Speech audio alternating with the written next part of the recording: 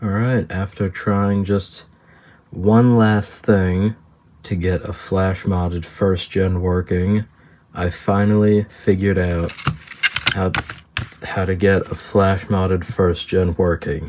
And to start off, you're gonna need just the cheapest iPod you can find that can actually sync with the same kind of drive that the first gen uses, which usually will just be one of these 20 gig 4th gen monos. And we will just open this on up if I can.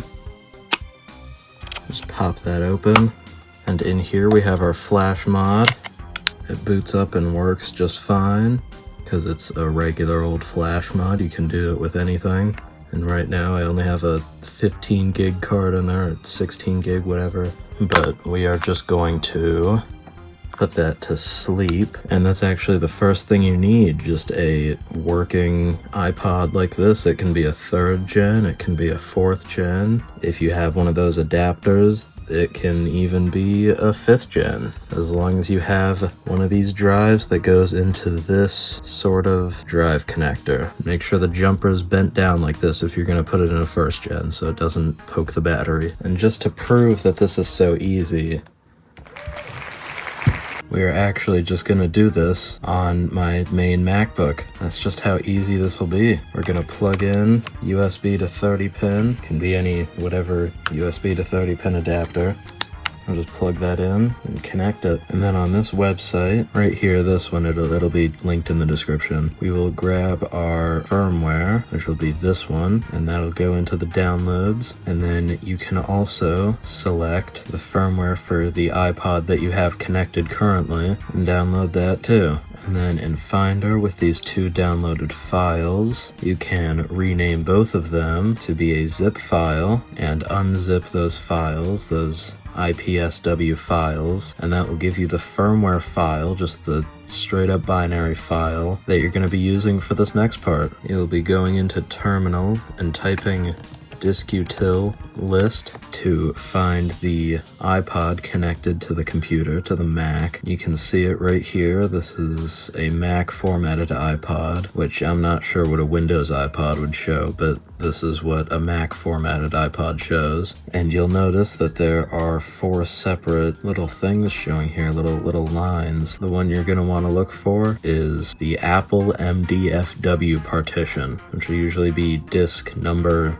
S2. That's a 33.6 megabyte partition, and that is what holds the iPod's firmware. So we will do ddif equals, then you can go back into Finder, just drag over your firmware file, and then of equals /dev/disk 4S2 or whatever your MDFW partition is. Don't forget to type sudo. And what this will do is this will copy the firmware file directly onto the MDFW partition of the iPod, which will overwrite its firmware with the exact firmware that you want, which in this case will be the 1st generation or 2nd generation firmware. And at this point, the iPod will still show do not disconnect. You can actually just eject it, and it will probably restart and complain. It'll show this, the folder icon, which means that it hasn't found something valid to boot from. That's fine. Just give it a second to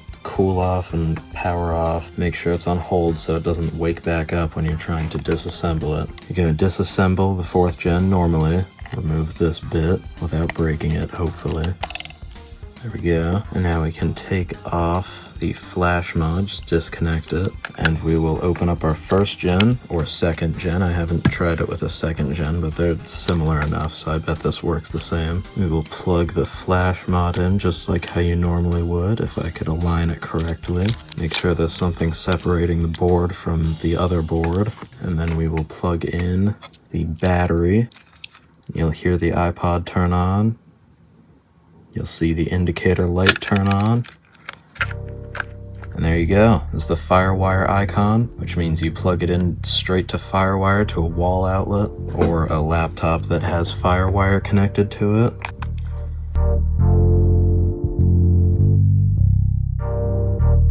And there's your progress bar. It's going.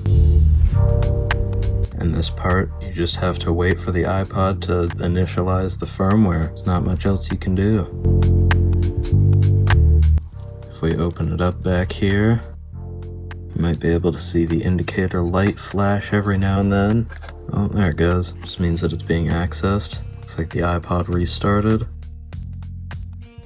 And it turned the backlight on. And here's our telltale sign. It didn't ask for a language when it booted. And what that most likely means is that it's found that it already has an iTunes database file inside of it from what used to be the 4th gen's drive. And if you previously synced music, then it won't ask for a language or anything. We'll go to our settings, and there it is. Shows with the name of the previous iPod, whatever you named it. And there's our songs, correct capacity, correct available amount. There's our version. And if my menu key wants to work, we can go back. We shuffle a good song. This is a very fitting song for the occasion too. And we can just keep shuffling through and it's not gonna have a problem. It's just working perfectly. We'll reset it just to see what it does, because sometimes these can get a little angry about the flash mod and occasionally they will start boot looping, but you know, this one doesn't seem to do that. It's got the most recent firmware. We've got game on here. And it's all on flash storage, so you're gonna have much better battery life. You're not gonna have to worry about one of these hard drives failing you. It's lighter if you want that too, for some reason. But let's say you want to resync this iPod, you want to add music to it. That's kind of where you're going to get held up, because most people, even if you have a 1st gen, you might not have a computer that can connect to Firewire like this. And that's actually good, because we aren't going to use this iPod to resync it. We're just going to hold pause, put it to sleep, turn on the hold switch, so it's not going to know what you do when you unplug the battery. You're going to remove the flash mod. You're going to break out that 4th gen from earlier. And the whole reason why we're doing this is because the iPod, the 1st gen and probably the 2nd gen, they just really hate the flash mod. Like, they'll work with it fine, but as soon as you try to plug it into a computer, maybe it won't show up or it's not going to mount properly. In my experience, I've gotten it to show up on iTunes, but I was not able to sync music to it. So you will have to plug this back in.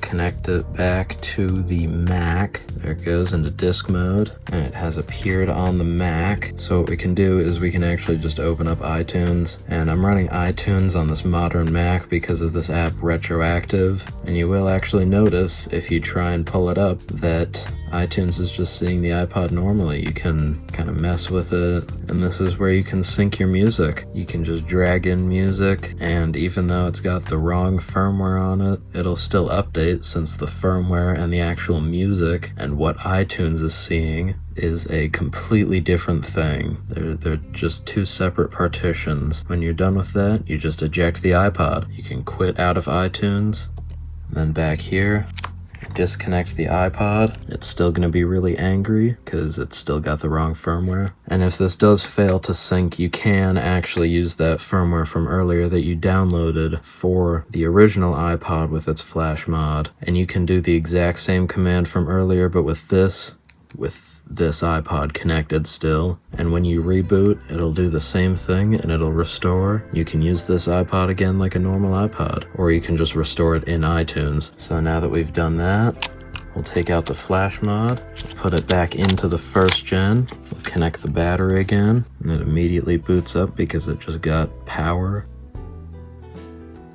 And there it goes. This is running off of battery power. Battery's been a little unreliable though, so it might turn off. I don't know. We can shuffle songs again. We can get whatever, and there's no fear of a hard drive failing. The only issue you might have is just the occasional boot loop, which can be fixed by plugging the flash mod back into that 4th gen or whatever other iPod you've been using, and you restore it, and then you sync it again and use that same DD command from before, and it'll work again. So there is your working flash modded 1st gen. I know this video is a little bit of a shorter one, but I felt like this was pretty important to have just a consistent working flash modded 1st gen. I think that's really cool.